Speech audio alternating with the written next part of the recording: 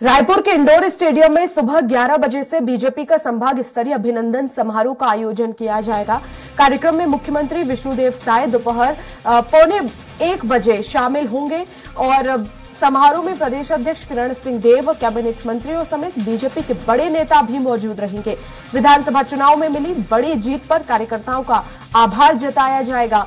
बड़े नेता कार्यकर्ताओं को लोकसभा चुनाव को लेकर भी टिप्स देंगे और इससे पहले बीजेपी बस्तर, दुर्ग, सरगुजा और बिलासपुर संभाग में संभागीय अभिनंदन समारोह कर चुकी है।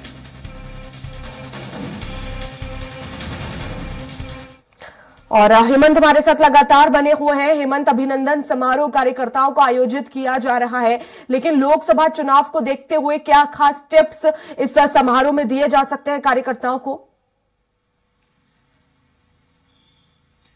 देखिए, बस्तर संभाग से बीजेपी के इस संभागीय अभिनंदन सम्मेलन की शुरुआत हुई थी। बस्तर के बाद दुर्ग, उसके बाद सरगुजा संभाग और बिलासपुर संभाग। चूंकि रायपुर अब आखिरी संभाग बचा है, इसलिए आज सुबह 11 बजे से रायपुर के इंडोर स्टेडियम में ये कार्यकर्ता अभिनंदन समारोह होगा और तमाम बड़े नेता, मुख्यमंत्री विष्णुदेव साय, प्रदेश अध्यक्ष किरण सिंह देव, दोनों डिप्टी सीएम विजय शर्मा, अरुण शाह और तमाम जो कैबिनेट के मंत्री हैं वो इस कार्यक्रम में मौजूद रहेंगे और सभी बड़े नेता कार्यकर्ताओं का आभार जताएंगे। जिस तरीके से विधानसभा चुनाव में जीत मिली है और खासतौर पर रायपुर संभाग की बात की जाए, रायपुर जिले की बात की जाए, 7 की 7 सीट बीजेपी ने जीती थी, तो इसलिए कार्यकर्ताओं का आभार जताया जाएगा, अभिनंदन उनका किया जाएगा। और चूंकि आगामी लोकसभा का चुनाव भी है, तो एक तरीके से फिर से रिचार्ज करने की कोशिश कार्यकर्ताओं को होगी। टिप्स भी बड़े नेता देंगे कि किस तरीके से लोकसभा चुनाव में आप जाए। और संभागीय सम्मेलन करने के पीछे वजह यही है कि एक तरीके से लोकसभा की तैयारी भी बीजेपी कर सके, तो इसीलिए ये संभागीय सम्मेलन हो रहा है।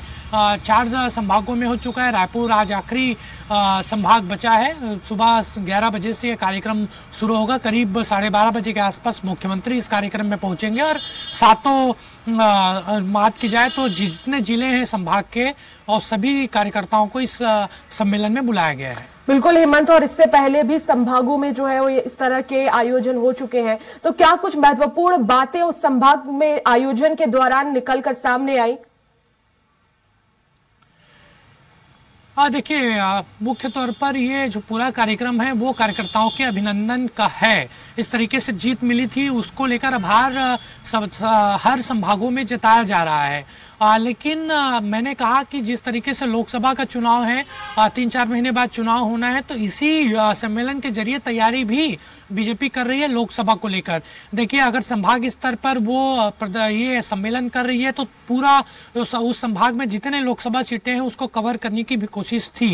ये योजना बनाई गई थी जब मीटिंग हुई थी संगठन की, पदाधिकारियों की एक गुप्त मीटिंग हुई थी, तमाम बड़े नेता शामिल थे बीजेपी के, उसमें ये रणनीति बनाई गई थी। उसी रणनीति के तहत आगे काम किया जा रहा है और अलग अलग विभाग तौर पर जिम्मेदारी भी दी गई है मंत्रियों को।